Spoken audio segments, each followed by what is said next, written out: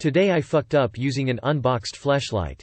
For the record, the story you're about to read was an anecdotal comment I made in a thread from a recent Today I Fucked Up post. Today I fucked up being intimate with my pillow, that eventually got removed because the mods determined there were no consequences and therefore no fuck up. I was the one who created that post, and trust me, there was a fuck up. I'm still limping around the house with a sore penis as proof, but hey, whatever. Since the removal of my post, random people on Reddit have been leaving messages in my inbox, encouraging me to submit the comment I made in that thread as an official fuck up. Not sure if the mods will provide their stamp of approval for this spin-off post or end up removing it like the other one, but in the meantime, here you go. 2 years ago I was in a long-distance relationship with a girl from South Africa. We would send each other gifts from time to time to show our appreciation for one another, you know, romantic shit. One day she decided to send me a fleshlight. Our relationship had finally breached the threshold of no longer just talking about doing sexual stuff, but actually going as far as to masturbate in front of each other via video call. Thus, the fleshlight gift. It didn't come in an official box with the product branding on it, which seemed unusual, not gonna lie. It was basically just a bubble-wrapped fleshlight stuffed into an ordinary shipping box. I shrugged. Didn't think too much of it. I was too busy getting excited to put my first fleshlight to the test. I'll be honest, I did end up enjoying it more than I thought I would. And not just during late-night video calls with the GF. Off-camera as well. I became one with the fleshlight. However, when the relationship eventually came to an end, my South African sweetheart insisted that I return the fleshlight with immediate effect. I asked why and she said it had sentimental value. I didn't really understand what that meant until she finally said the fleshlight used to belong to her ex-boyfriend who died ages ago. This girl sent me a dead person's fleshlight. When I asked why she would do something like that, she said because I reminded her of him.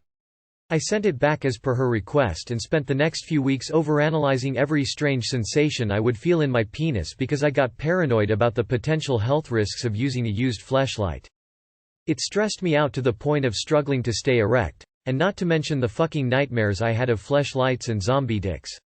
I've never touched another fleshlight since. Even after all this time I still feel like I've got remnants of a dead man's DNA on my dick. TL. Dr. Long-Distance Girlfriend sent me a fleshlight as a gift. I ignored the suspicious packaging. We broke up. I got informed the fleshlight belonged to her late ex-BF. Now I need to live with the fact that I've fucked a dead dude's sex toy. You weren't the first and probably won't be the last by the sounds of it. Legends say the boyfriend died using the fleshlight. And so too will the next. Another nut, another soul in the jar. He who nuts shall be cursed. And suffer the same fate. Ah yes, mate. The old fleshlight's tale. Think about the next guy who gets that fleshlight as a present. You guys are dick brothers now. Did you not clean it the first time you used it? I would be sterilizing that thing before every use. You were too nice to send it back. I would have tossed it. She's a fucking wacko. Fleshkin my opinion brothers. Today I fucked up by falling through the ceiling in front of my daughter and pregnant wife.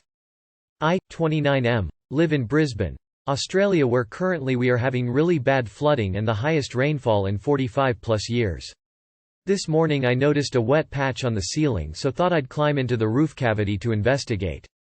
I found the source of the leak fairly quickly and implemented a temporary fix while I wait for the roof to be fixed. I was on my way out, crawling along the very narrow wooden batten when I lost my balance and fell knees first onto the gyprock insulation layer. What happened next felt like it happened in slow motion as the surface beneath me gave way, sending me and a mountain of debris into our living room. I managed to land on the stairwell railing and somehow stay balanced while my wife and 1-year-old daughter were staring in horror, screaming and crying. It has been more than 12 hours now and my wife is still very shaken up, as if I had fallen just a few centimeters the other way I would have fallen into the bottom of the stairwell and either died or become very injured, disabled. For some reason it still hasn't sunk in how close I came to dying today. I am lucky to walk away with just a few grazes and will never climb into a roof again. Pictures here showing the leak in aftermath. Too long did not read. Climbed into roof to check for water leak. Lost balance and fell through ceiling in front of wife and baby, resulting in a near-death experience. Glad you're okay. Sounds like you were very lucky. Stay safe in this wild weather, it's absolutely insane. From a concerned rural NSW resident. Australia's so dangerous even the ceilings are trying to kill you. Lucky. It will sink in eventually. Take care with the rain up there. Had a mate fall through a 14-female ceiling in an upmarket Sydney house. Landed on their very expensive bed covered in gyprock. Carpenter here. You are certainly not the first and last person to do that.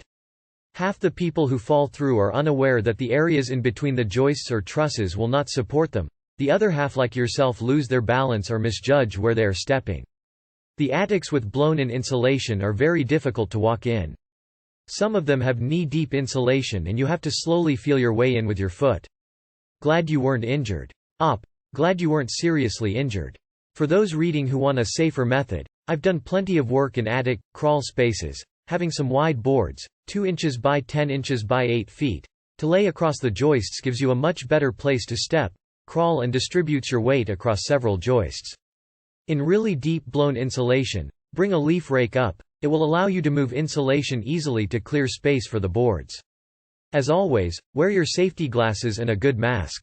If you're a homeowner, it's worth the expense to buy 2 or 3 of those boards and store them in the attic. To give an idea, currently my local lumber shop has 2 x10, x8 boards for $26 a. So you spend under $100 and when a leak happens, you have a safer way of getting to it. You landed on your feet on that railing?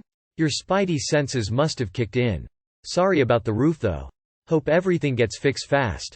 North Brissy here, this rain is terrible, but the hoons are loving it because all I can hear is them racing and doing donuts face with rolling eyes. So glad you didn't seriously injure or kill yourself. Stay safe. And hopefully the leak gets fixed soon. Damn, man. That sucks.